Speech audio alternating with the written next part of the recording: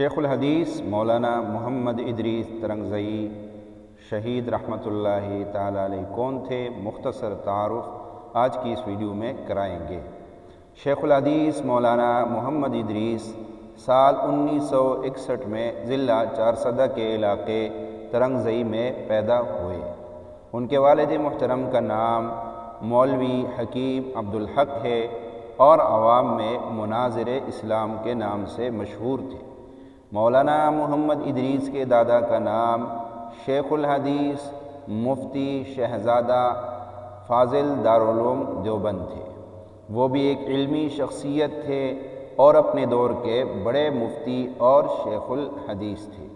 آپ کے پردادا کا نام شیخ مولانا محمد اسماعیل ہے، جو کہ مشہور عالم علامہ شمس الحق افغانی کے استاذ تھے اور اپنے علاقے میں شیخ کے نام سے مشہور تھے۔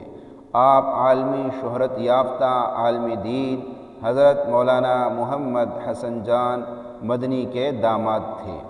آپ کے دو بیٹے ہیں، مولانا انیس احمد جو کہ جامعہ دارالعلوم حقانیہ کے فاضل اور جامعہ دارالعلوم نعمانیہ میں دینی علوم کے درس و تدریس میں مصروف ہے اور وہ ایک جید مدرس ہے، اور آپ کے دوسرے بیٹے ڈاکٹر محمد سلمان جو طب میڈیکل MBBS کی ڈگری حاصل کر چکے ہیں۔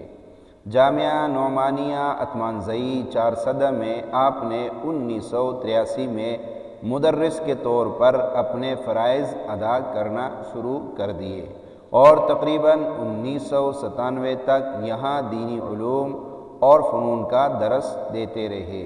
پھر دارالعلوم اسلامیہ تنگی میں بطور شیخ الحدیث فائز ہوئے اور 9 سال تک دورہ حدیث کے تمام کتب پڑھاتے رہے۔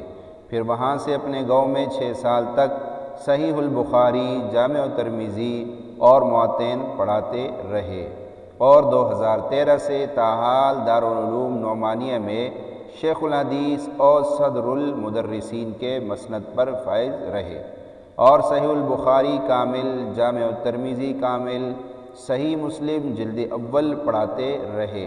بخاری اور ترمذی کی مسلسل تدریس کے آپ کے 30 سال مکمل ہو گئے۔ جامعہ دارالعلوم حقانیہ اکوڑا خٹک میں ڈاکٹر شیر علی شاہ صاحب رحمۃ اللہ تعالی علیہ کے وفات کے بعد وہاں کے محتمم مولانا سمیع الحق صاحب کے شدید اصرار اور خواہش پر وہاں بھی درس شروع کیا اور وہاں دارالعلوم حقانیہ میں سنن ترمذی جلد اول اور بخاری جلد ثانی پڑھاتے رہے۔ آپ کی شہادت کی وجہ یہ تھی، کچھ دن قبل آپ کے ایران اور امریکہ کی کشیدگی کم کرنے پر پاکستان اور فیلڈ مارشل عاصم منیر کو خراج تحسین کرنے کے بیان پر بعض حلقوں کے جانب سے شدید تنقید کی جا رہی تھی، جبکہ آج 5 مئی 2026 کو چارسدہ کے علاقے اتمانزئی میں فائرنگ کے نتیجے میں آپ کو شہید کر دیا گیا۔